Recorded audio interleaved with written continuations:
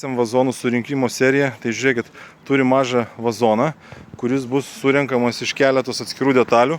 Tai kaip matot, pradžia jau yra. Ir kodėl šis metalas dabar yra pilkos spalvos? O todėl, kad kortenas per tam tikrą laiką jisai surudyja ir patampa va tokiu va gražiu rudu atspalviu.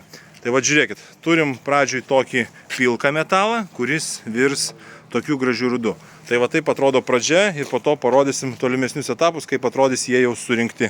Formavom vieną kubą. Kaip matot, pasidarys vienas elementas ir po to prijungsim antrą kubą ir gausis dvigubas vazonas. Tai va kaip matot, surinkom jau pilną. Iš dviejų detalių susiformuoja dvigubas kubas, iš kurio gaunasi vazonas. Kaip matot, dugnas jau iškart yra toks parudavęs, o šonai dar parudos. Tai va tam, kad jūs įsivertintumėt, ką jūs gaunat ir ką jūs turėsit, tai yra labai geras pavyzdys. Gaunat pilką, po pusės metų turit rudą. Po lietaus, matot, buvo jisai švarus. Praėjo, nežinau, pusę dienos po surinkimo, gerą lietų turėjom. O matot, kaip pradeda rudyti.